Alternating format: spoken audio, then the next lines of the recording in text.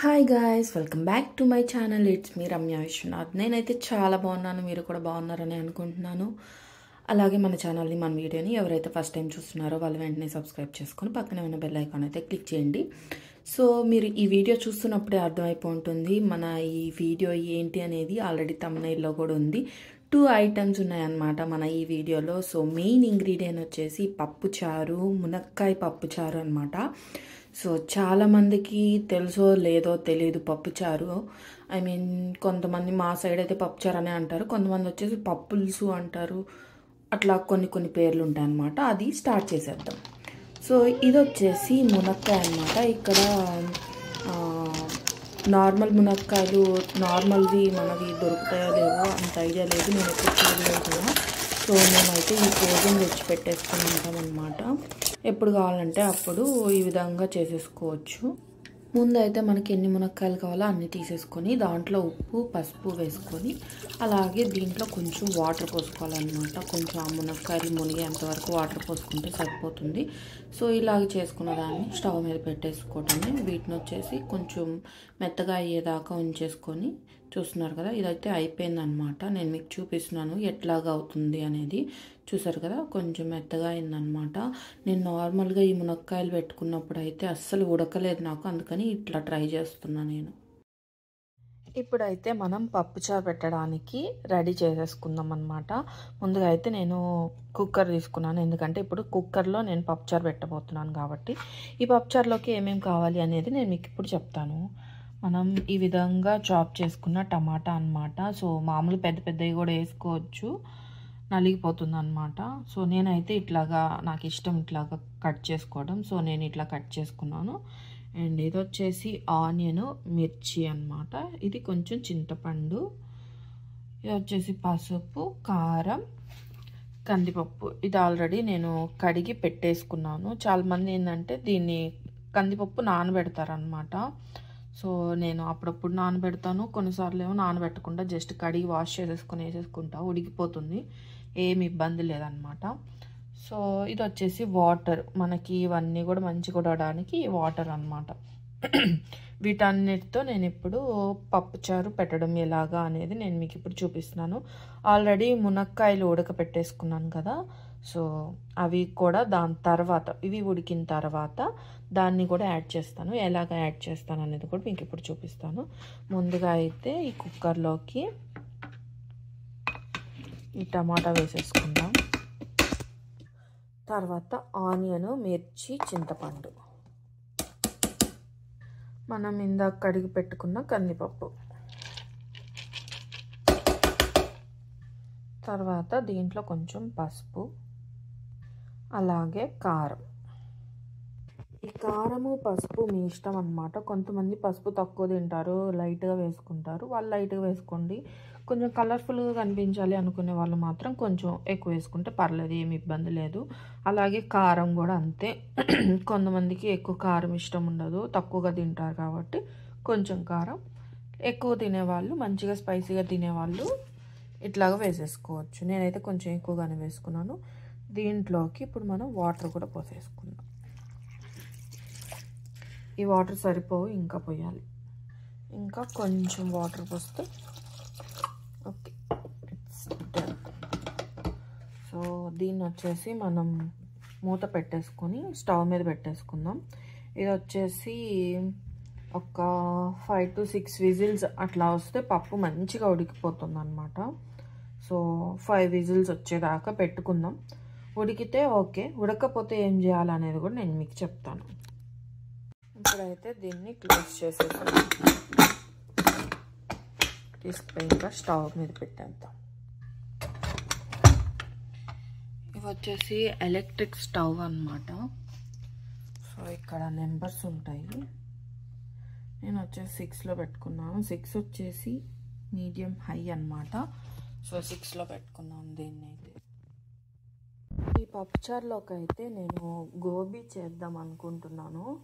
So ఇది వచ్చేసి గోబీ క్యాలీఫ్లవర్ని నైటే కట్ చేసి పెట్టేసుకొని మసాలా అంతా కూడా వేసుకొని పెట్టుకున్నాను అనమాట. సో ఇక్కడ కార్న్ఫ్లవర్ కూడా వేసాను నేను దీంట్లో. కార్న్ఫ్లవర్ ఏంటంటే ఇక్కడ ఎల్లో కార్న్ఫ్లవర్ దొరికిందనమాట. అది ఒరిజినల్ కార్న్‌ఫ్లోర్. మన దగ్గర వైట్‌గా దొరికిద్ది కదా, ఇక్కడ వచ్చేసి ఎల్లోగా దొరికింది. సో అది వేసాను. గరం మసాలా, ఉప్పు, కారం, అలాగే ఇంకా ఏం వేసాను, లెమన్ వేసాను కొంచెం. అలాగే ఆయిల్లో నేను మిక్స్ చేసేసి మంచిగా కలిపేసాను. అల్లం పేస్ట్ కూడా వేసాను. సో ఇట్లా అనమాట. ఇంకా కలర్స్ అవి కూడా ఏం యాడ్ చేసుకోలేదు నేను, జస్ట్ ఇది ఒకటే అనమాట. ఈ పప్పు ఉడికేలోపు నేను దీన్ని వచ్చేసి డీప్ ఫ్రై చేసుకుంటా. ఈరోజు నాకు సాటర్డే అనమాట. సో నేను అందుకని చెప్పేసి తినను. నాకు ఈ క్యాలీఫ్లవర్ ఇష్టం కాబట్టి మంచిగా గోబీ చేసుకొని, క్యాలీఫ్లవర్ ఫ్రై చెప్పచ్చు, గోబీ చెప్పచ్చు, ఏదైనా చెప్పచ్చు. సో అవి చేసుకొని తింటా. బట్ ఇది ఫస్ట్ టైం అనమాట నేను ఇట్లా కలపడము, ఇట్లా చేసుకోవడం. ఎలా వస్తుందో కూడా నాకు ఐడియా లేదు. బట్ ఎలా వచ్చినా కానీ నేను మీకు చూపిస్తా దీన్ని.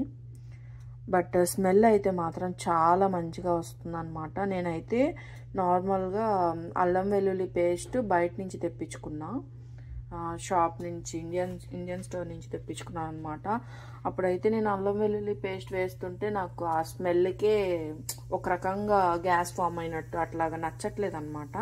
అందుకని చెప్పేసి నేను విడిగా అల్లము వెల్లుల్లి రెండు తెప్పించుకొని నీట్గా క్లీన్ చేసుకొని ఈ పేస్ట్ అయితే రెడీ చేసి పెట్టుకున్నాను అనమాట. ఆ పేస్ట్ వేసుకున్నాను. అసలు ఆ స్మెల్లే నాకు మంచిగా అనిపిస్తుంది.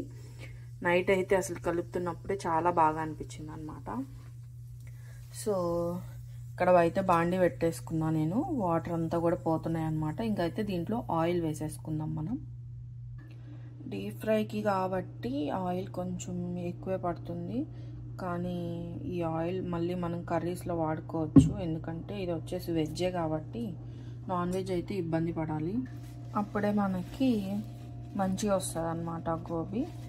మనం ఈ ఆయిల్ మళ్ళీ కర్రీస్లో యూస్ చేసేసుకోవచ్చు. కొంచెం స్మెల్ వస్తుంది అనమాట, ఎందుకంటే దీంట్లో అంతా కూడా మసాలాలు కలిపి ఉంటాం కదా. సో ఆ స్మెల్ అంతా కూడా ఆయిల్కి పట్టేస్తుంది.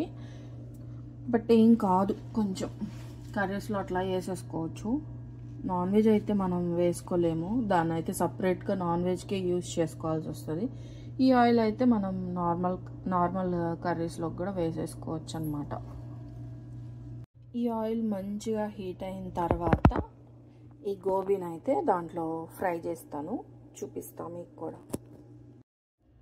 నేను చెప్పాను కదా అల్లం పేస్ట్ వేసుకున్నానని. సో దీంట్లో తీసి పెట్టుకున్నాను అనమాట అల్లం పేస్ట్, చూపిస్తా మీకు ఇప్పుడు. సో ఇదేనమాట నేను వేసుకున్న అల్లం పేస్ట్. ఫస్ట్ టైం వేసుకున్నా నేను ఇట్లా స్టోర్ చేసుకునే దానికి. మామూలుగా ఇంటి దగ్గర ఉండేటప్పుడు కానీ పెళ్ళికి ముందు కానీ నేను నార్మల్గా అప్పటికప్పుడు వేసుకునేదాన్ని. బట్ ఇదేనమాట స్టోర్ చేసుకునేదానికి వేసుకోవటం. సో మంచిగా వచ్చింది స్మెల్ అయితే. అసలు వేసేటప్పుడు అయితే నాకు బాగా నచ్చింది అనమాట ఈ స్మెల్ అయితే. దీంట్లో కొంచెం పసుపు వేసుకున్నా అంతే, అల్లము వెల్లుల్లి కొంచెం పసుపు వేసుకొని ఇట్లాగా గ్రైండ్ చేసి పెట్టేసుకున్నా మెత్తగా.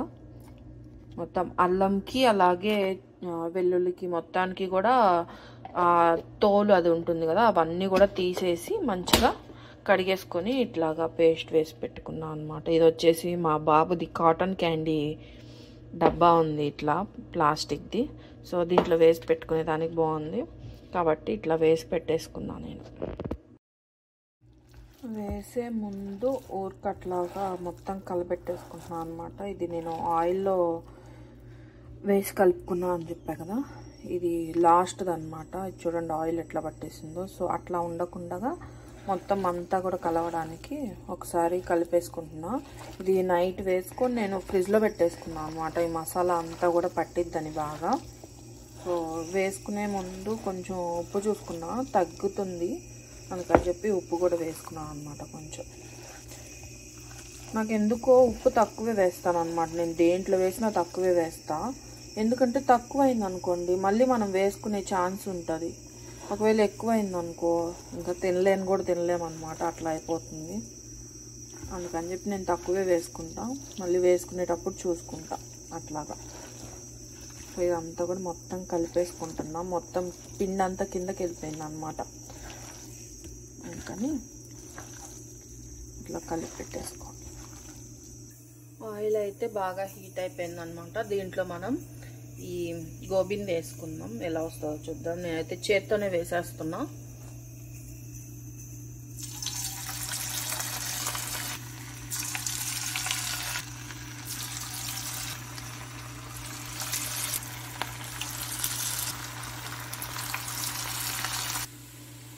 మంచి వేడిగా ఉన్నప్పుడు వేసేసామన్నమాట.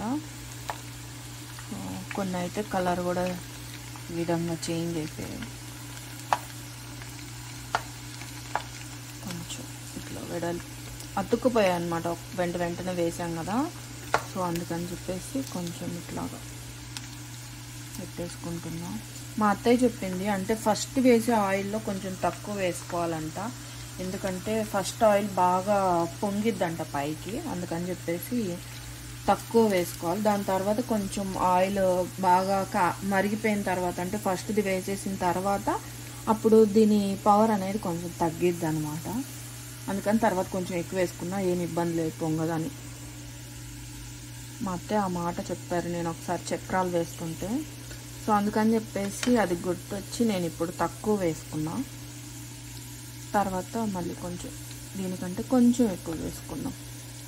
ఇప్పటికీ చూసారా ఈ కలర్ వచ్చేసింది. కొంచెం సేపు సిమ్లో పెట్టేశాను అనమాట, ఎందుకంటే ఇది కలర్ వచ్చినా కానీ లోపల వేగి ఉండదు, ఉడికుండదు. అందుకని చెప్పేసి ఇట్లా మీకు చెప్పడం మర్చిపోయాను. ఈ గోబీ నేను కట్ చేసుకున్న తర్వాత వాటర్లో వేసి కొంచెం సాల్ట్ వేసుకొని కొంచెం సేపు హాట్గా అయ్యేలాగా, వాటర్ అంతా కూడా బాగా వేడిగా అయ్యేలాగా ఉంచుకున్నాను అనమాట. దాని తర్వాత ఈ మసాలాలన్నీ కూడా నేను మిక్స్ చేసుకున్నాను. మొత్తం అన్నీ కూడా కలర్ మారిపోయాయి అన్నమాట. ఇంకా దీన్ని ఒక 1 minute తీసేసేయచ్చు. ఇది ఇట్లా అవుతుంటే ఇక్కడ విజిల్ కూడా వచ్చేస్తుంది.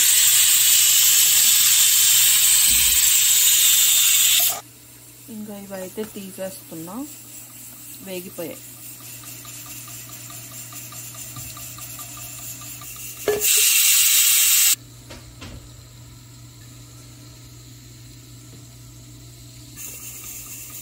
ఇంకా ఈ పప్పు అయితే అయిపోయిందనమాట, ఆపేసాను.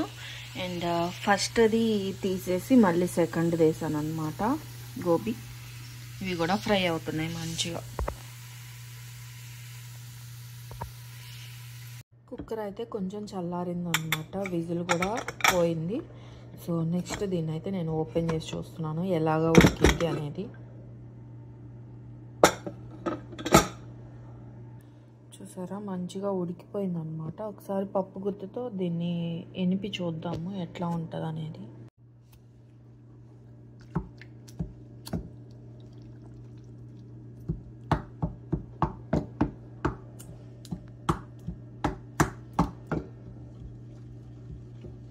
చాలామంది ఏంటంటే ఇట్లా తిప్పుతారనమాట, బట్ నాకు ఈ తిప్పడం అంత రాదనమాట. నేను ఇట్లాగా దంచుకుంటాను పప్పుని. సో దీని అంతా కూడా మెత్తగా చేసేసుకుందాం ఇప్పుడైతే. సో ఈ పొగంతా కూడా కెమెరాకి పట్టేసి మొత్తం బ్లర్ అవుతుందన్నమాట. సో ముందైతే ఇదంతా మెత్తగా చేసేసుకుందాం. అసలు మొత్తం కూడా ఉడికిపోయిందన్నమాట. చూసారా చాలా లైట్గా ఉంది. దీనంతా ఇట్లాగా తిప్పేసుకుంటే మంచిగా కూడా ఇదైపోతుంది. నేనేమనుకున్నానంటే లాస్ట్ టైం నేను ఒకసారి చేసినప్పుడు అంత ఉడకలేదన్నమాట, అందుకని చెప్పి నేను మిక్సీలో వేసేసుకున్నాను ఉడకపోతే. సో అప్పుడు కూడా చాలా బాగుంటుంది అన్నమాట. ఒకవేళ మీకు ఎప్పుడైనా పప్పు ఉడకలేదంటే మిక్సీలో వేసుకున్నారంటే సో పప్పు అంతా కూడా బాగా మెత్తగా అయిపోద్ది అన్నమాట. తినేటప్పుడు నోటికి అట్లా తగలకుండా అట్లా బాగుంటుంది. సో ట్రై చేయండి. ఇప్పుడైతే నేను వేసుకోవాల్సిన అవసరం లేదు, ఎందుకంటే మంచిగా ఉడికిపోయింది. సో దీంట్లో అయితే మనం కొంచెం ఉప్పు వేసేసుకుందాం. ఉప్పు వేసుకొని ఇట్లాగా దంచేసుకుందాం. నేనైతే దీంట్లో కళ్ళుప్పు వేసుకుంటున్నా, రా సాల్ట్.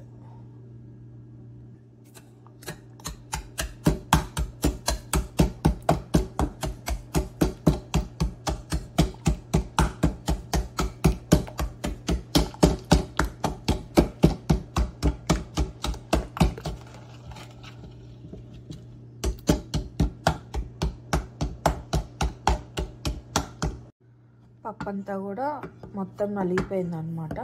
సో నెక్స్ట్ ప్రాసెస్ ఏంటనేది చూసేద్దాం. ముందైతే దీన్ని తీసేద్దాం. సో ఇందాకైతే మనం మునక్కాయలు ఇట్లాగా ఉడకపెట్టి పెట్టుకున్నాం కదా. సో పసుపు అలాగే ఉప్పు వేసేసి ఉడకపెట్టేసుకున్నాం. మనం కావాలంటే ఈ వాటర్ని కూడా కలిపేసుకోవచ్చు, లేదు అని అంటే ఉత్త మునక్కాయలు కూడా యాడ్ చేసుకోవచ్చు. నేనైతే మొత్తం వాటర్ని కూడా కలిపేసుకుంటున్నాను అనమాట. ఇప్పుడైతే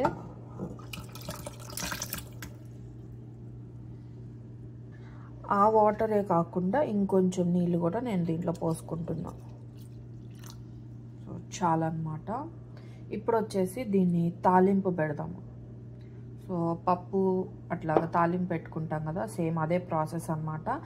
మా అమ్మ అయితే ఉల్లిపాయ వేసి తాలింపు పెట్టిద్ది. అత్తయ్య వాళ్ళ ఇంట్లో ఏంటంటే ఉల్లిపాయ వేయరనమాట తాలింపులో, ఓన్లీ వెల్లుల్లి పప్పులు అవి వేస్తారనమాట. నేనైతే ఇప్పుడు దీంట్లో ఉల్లిపాయ వేయట్లేదు, నార్మల్గానే పెట్టేస్తున్నా. సో అదేంటో చూసేద్దాం.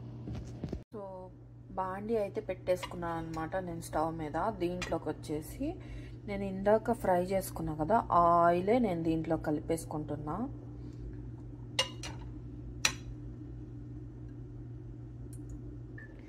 ఆ ఆయిల్ అయితే హీట్ అయ్యేలోపు మనం వెల్లుల్లిపాయల్ని దంచేసుకుందాం. ఇవి వచ్చేసి మంచిగా తొక్కు తీసేసి పెట్టేసుకున్నాను అనమాట. సో వాటిని వచ్చేసి ఈ రోల్లో దంచేసుకుందాం. సో అన్నీ పట్టావు కదా, ఒక్కొక్కటి వేస్తా.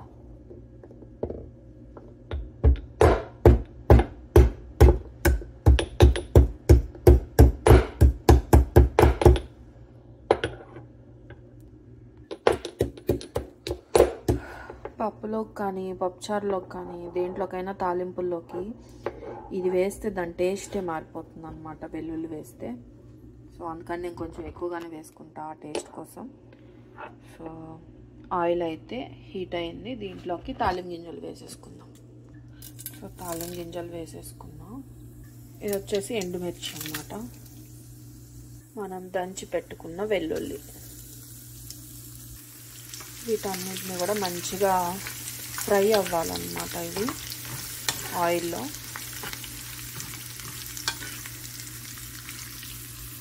ఇంకైతే ఇవి ఫ్రై అయిపోయాయి అన్నమాట. ఇంకా స్టవ్ ఆఫ్ చేసేసుకొని ఈ పప్పుచారులోకి తాలింపు కలిపేసుకుందాం.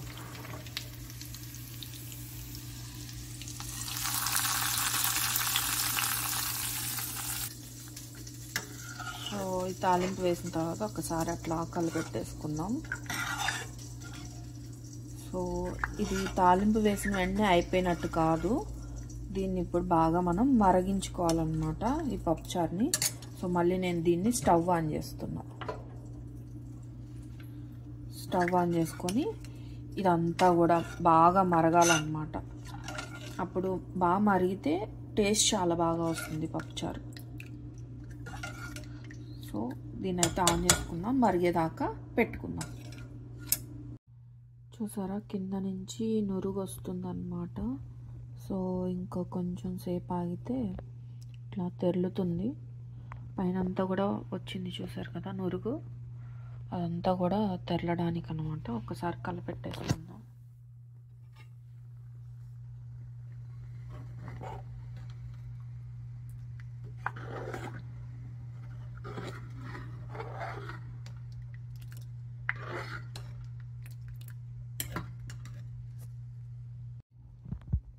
చూసారా ఎలా పొంగుతుందో, ఇలా బాగా తెరలాలన్నమాట, ఇంకా బాగా తెరలాలి. చూసారా ఎంత బాగా తెరలితే అంత టేస్ట్ వస్తుందన్నమాట పప్పుచారు. సో దీంట్లోకి అయితే నేను కొత్తిమీర కూడా యాడ్ చేసేసుకుంటున్నాను. తెరలేటప్పుడే, తర్వాత కూడా వేసుకోవచ్చు పైన, తెరలేటప్పుడు అయితే ఆ స్మెల్ కూడా పడుతుంది కాబట్టి బాగుంటుంది. ఒకసారి దీన్ని కలిపెట్టేసుకుందాం.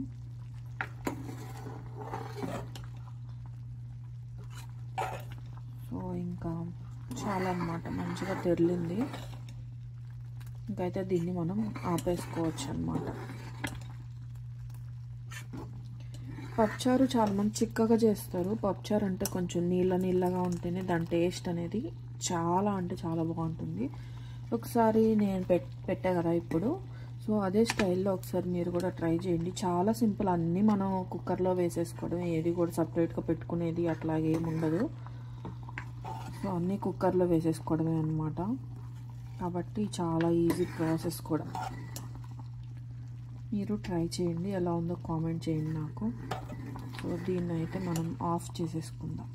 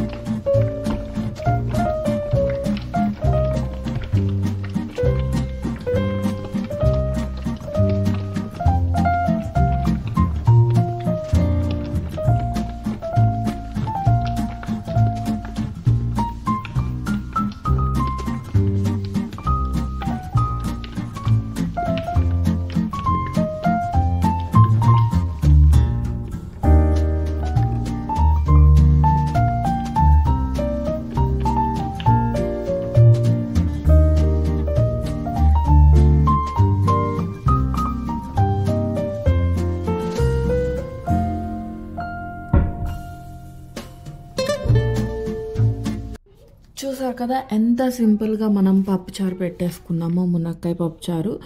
ఇదైతే టేస్ట్ కూడా చాలా బాగుంటుంది అనమాట. నేను వచ్చేసి ఈ రెసిపీని మా అమ్మమ్మ దగ్గర నుంచి నేర్చుకున్నాను. సో మా అమ్మమ్మ చేసింది, మా అమ్మ చేసింది, నేను చేస్తున్నాను. సో టేస్ట్ అయితే చాలా బాగుంటుంది అనమాట. అలాగే నేను ఇందాక గోబీ చేసా కదా, గోబీ ఫ్రై, అది ఎలా ఉందో ఎలా వచ్చిందో చెప్పలేదు కదా. సో అది కూడా చాలా బాగా వచ్చింది టేస్ట్. నేను ఫస్ట్ టైం గోబీ చేశాను, బట్ టేస్ట్ అయితే మాత్రం చాలా బాగా వచ్చింది. ఈసారి ఫుల్ రెసిపీ కూడా చెప్తాను నేను మీకు, అది ఎలా చేశాను, ఎలా కలుపుకున్నాను, ఏమేమి వేసుకున్నాను అని అన్నీ కూడా చెప్తాను. ఈ పప్పుచారులోకి మనం అన్నం వేసుకొని, అలాగే ఈ పప్పుచారులో ఆ గోబీ నంచుకొని తింటే ఆ టేస్ట్ సూపర్ ఉంటుంది అనమాట. సో ఈరోజు సాటర్డే కాబట్టి నేను తినలేను. ఈ వీడియో నచ్చితే లైక్ చేయండి. Thank you.